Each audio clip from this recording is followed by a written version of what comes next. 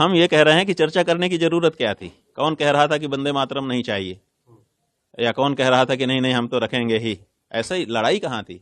जिस चीज पे कोई लड़ाई हो, दो पक्ष हो, वहां पर चर्चा होती है। यहाँ तो कोई ऐसा कोई पक्ष ही नहीं है, सब लोग वंदे मातरम कह रहे हैं। और भारत की सरकार ने जब एक बार विचार करके वंदे मातरम को राष्ट्रगीत स्वीकार कर लिया, तो अब अगर कोई उसको अस्वीकार भी करता है तो उसके ऊपर कार्यवाही होनी चाहिए, पकड़ के जेल में बंद करो। कि भारत में रहना है तो भारत की जो स्वीकृत चीजें हैं उसको स्वीकार करना पड़ेगा। अब भाई सुलझाया जाता है तो सुलझा देना। कहते हैं कि सुलझाया जा सकता है, हाय हाय हाय हाय हाय, सुलझाया जा सकता है तो आप सुलझाइए ना। आपके पास तो इतनी बड़ी ताकत है, आपके पास इतनी बड़ी, पूरे कहते हैं कि पूरे विश्व में सबसे बड़ा संगठन हम हैं, आप सुलझा दीजिए, सुलझा ही देना चाहिए। प्रतीक्षा क्यों करनी चाहिए कि सुलझाया जा सकता है? सुलझाइए, आगे आइए, सुलझा करके दिखा गई है। विवाद नहीं चाहिए हमको। ये हम गाय को संसद में प्रवेश कराने के लिए लेके जा रहे हैं, निकलिए 1000 लोग, 500 लोग, लीजिए गाय को हाथ में कि हम संसद में ले जाएंगे। जब गाय प्रत्यक्ष है तो मूर्ति क्यों गई? मूर्ति उसकी जाएगी जो प्रत्यक्ष ना हो। गाय को प्रवेश कराइए वहां, हम कहाँ मना कर रहे हैं, लेकिन आप केवल मूर्ति ले जाते हो और बाहर वो उसको काटने के लिए आप सुविधा कर देते हो। ये दुरंगी क्यों चल रही है? तो इसलिए गाय, कल गुरुग्राम में घटना घटी हुई, वहाँ एक लड़का जो है वो मोमोज खा रहा था और नॉन वेज के अंदर गाय निकली, उसने गाय को उसने माफी मांग लिया। बहुत अच्छा लगा जी। शीतकालीन 4 धाम यात्रा में भी इतना आह्लाद हुआ, इतना आध्यात्मिक आनंद आया कि कह नहीं सकते हैं। इसलिए ग्रीष्मकालीन और शीतकालीन, अब ये शब्द का मायने नहीं रह गया, हम समझते हैं। अब तो 12 महीने हमारी यात्रा चल रही है और ग्रीष्मकालीन में ग्रीष्मकालीन स्थान में जाके दर्शन पूजन करते हैं, शीतकालीन में शीतकालीन स्थान में जाके दर्शन पूजन करते हैं। भगवान वही है, उनकी यात्रा का पुण्य वही है, आशीर्वाद वही है। सब जगह हमने देखा, पंचप्रयागों में भी हम गए, विष्णु प्रयाग भी गए और उसके बाद नीचे नीचे आते आते देवप्रयाग तक आए। सब जगह जो हमारे नदियों की धारा है वो कल कल छल छल करते हुए हमारे पापों को धोने के लिए और हमको पुण्य प्रदान करने के लिए बह रही है, जो हमारी जीवन दायिनी है। इसका अनुभव हुआ कई बार, कई मौकों पर इस यात्रा के दौरान हम लोग भागीरथी के किनारे, अलकनंदा के किनारे, जहाँ जहाँ मौका मिला बैठ करके तरंगों को निहारा। उस आनंद का क्या वर्णन करें, बहुत आनंद आया। मुख्यमंत्री क्या ऐसा है कि सरकार की व्यवस्था तो हमको अच्छी दिखाई दी। मुख्यमंत्री पुष्कर सिंह धामी जी के नेतृत्व में काम इस बारे में हो रहा है, ऐसा दिखाई दिया। हम लोग जब यात्रा में गए तो हम लोगों ने देखा कि यात्रा स्थलों में साफ सफाई है, रास्ते लगभग ठीक हैं, काम कई जगहों पर पुल आदि का चल रहा है। हमारे यात्रा के साथ एम्बुलेंस निरंतर चलती रही। सीएमओ और दूसरे अधिकारी आकर के पूछते रहे किसी यात्री को कोई कठिनाई तो नहीं है। हमको लोगों ने बताया कि जो सरकारी गेस्ट हाउस हैं, रुकने के संस्थान हैं, उसमें भी उन्होंने इस यात्रा में आने वाले लोगों के लिए कुछ छूट भी रखी हुई है और पंडा पुरोहित भी सन्नद्ध दिखाई दिए। अच्छा वातावरण था। ज्यादा श्रद्धालु यात्रा पर आए भाई ये तो जैसे जैसे लोगों को पता चलेगा आएंगे।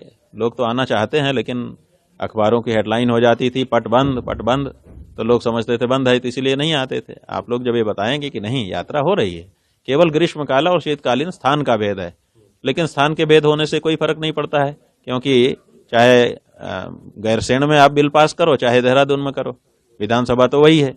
उसी तरह से भगवान तो वही है, चाहे वो ग्रीष्मकालीन स्थान में पूजे जाएं, चाहे शीतकालीन स्थान में पूजे जाएं। इसलिए भगवान वही है, पूजा वही है, आशीर्वाद वही है और पुण्य वही है। सरकार दे रही है बढ़ावा। जो हमने देखा कि शीतकालीन यात्रा को बढ़ावा देने का उपक्रम हो रहा है। 2-3 जगह पे हमको बैनर भी लगे दिखाई दिए और अधिकारी और दूसरे लोग सन्नद्ध दिखाई दिए, और लोगों ने बताया कि पुष्कर सिंह धामी जी की ओर से हमें निर्देश है कि हम इस यात्रा में यात्रियों के लिए जो सुविधा हो सके करें। तो इसका मतलब है कि सरकार इसमें इनिशिएटिव ले रही है। इससे आप तर गए, इससे भारत का क्या फायदा हो गया? यूनेस्को में जो कुछ दर्ज होगा तब भारत का गौरव बढ़ेगा। ये जो प्रवृत्ति है ये भारत के सम्मान के विपरीत है, ऐसा हम मानते हैं। आप दर्ज करो किसी चीज को पूरे विश्व का, तब उसका गौरव बढ़े तो हम समझें कि भारत ने ये दर्ज कर लिया। भारत की चीज दूसरी जगह दर्ज हो रही है, भारत खुश हो रहा है। बेगानी शादी में अब्दुल्ला दीवाना हो रहा है बिना मतलब। अरे हमारी जो दिवाली है वो देवलोक तक प्रसिद्ध है। हम जब दिवाली कार्तिक के कृष्ण पक्ष की अमावस्या को मनाते हैं तो देवलोक में लोग देखते हैं हमारे दीवों की लौ को। जैसे आजकल नहीं फोटो आता है अंतरिक्ष से कि फोटो लिया तो ये दिखाई दिया, ऐसे ही जब हम दिवाली मनाते हैं तो देवलोक से देवता देखते हैं उसको, दीपक की लौ को, और फिर वो कहते हैं भाई हमें भी ऐसा ही मनाना चाहिए। तो बड़ा सुंदर दृश्य उपस्थित होता है। तो देखिए कार्तिक की पूर्णिमा को फिर देवता दीपावली मनाते हैं कि नहीं मनाते हैं, देव दीपावली जिसको कहा जाता है। तो हमारी दीपावली तो देवलोक तक प्रसिद्ध है जी। यूनेस्को क्या चीज होती है, यूनेस्को जिसको दर्ज कर ले वो बहुत बड़ी चीज हो गई। ये प्रवृत्ति हमारे देश के लिए घातक है। जिस हमारी अच्छी चीज को अगर यूनेस्को नहीं दर्ज करेगा तो क्या वो अच्छी चीज नहीं रह जाएगी? तो ये ठीक नहीं है। आजकल ये हो गया है कि ये करे तो वही अच्छा है, बाकी सब खराब। ऐसा नहीं है, हमारे तो पहले से प्रसिद्धि है और हमको इसमें चक्कर में नहीं पड़ना चाहिए।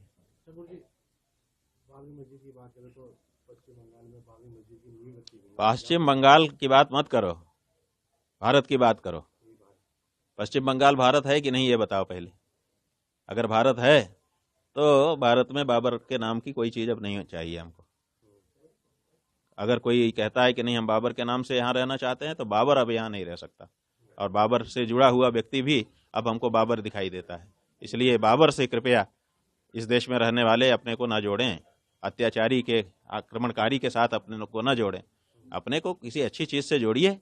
बाबर से जोड़ करके आप क्या सिद्ध करना चाहते हो? बर्बरता आप भी करना चाहते हो? अरे ठीक है, बाबर के समय में हम लोग असावधान थे तो बाबर सफल हो गया। अब वो परिस्थिति नहीं है, इसलिए अब बाबर से जो जुड़ेगा अब उसकी दूसरी गति होगी। ये ठीक नहीं है। अरे नींव रखने से क्या होता है, बनाए तो। बाबर के नाम की चीज हमको अस्वीकार है, हम साफ कह रहे हैं। अगर इस देश में फिर से बाबर को लाने की कोशिश होगी तो जो लोग बाबर को लाने के लिए खड़े हो रहे हैं वो हमको बाबर दिखाई देंगे और हम उनके साथ बाबर जैसा व्यवहार करेंगे। हम नहीं चाहते हैं कि फिर से हमारे देश में कोई बाबर आए, कोई औरंगजेब आए। हमारे यहाँ आना है, आप आइए। आप इस्लाम को मानते हैं, हम कहाँ मना कर रहे हैं आपको। आप मस्जिद बनाइए, कहाँ मना कर रहे हैं। लेकिन आप बाबर के नाम की मस्जिद बनाएंगे, और बाबर के नाम की मस्जिद XYZ का खागा कौन बना सकता है? बाबर के नाम की मस्जिद तो बाबर बनाएगा ना। अब बाबर कहाँ है? आप हुमायूं हो, आप हुमायूं के नाम की बना दो कि भाई मेरा नाम है, मेरी द्वारा बनाई गई मस्जिद मेरे नाम से जानी जाए, तो भी एक बार चलता है।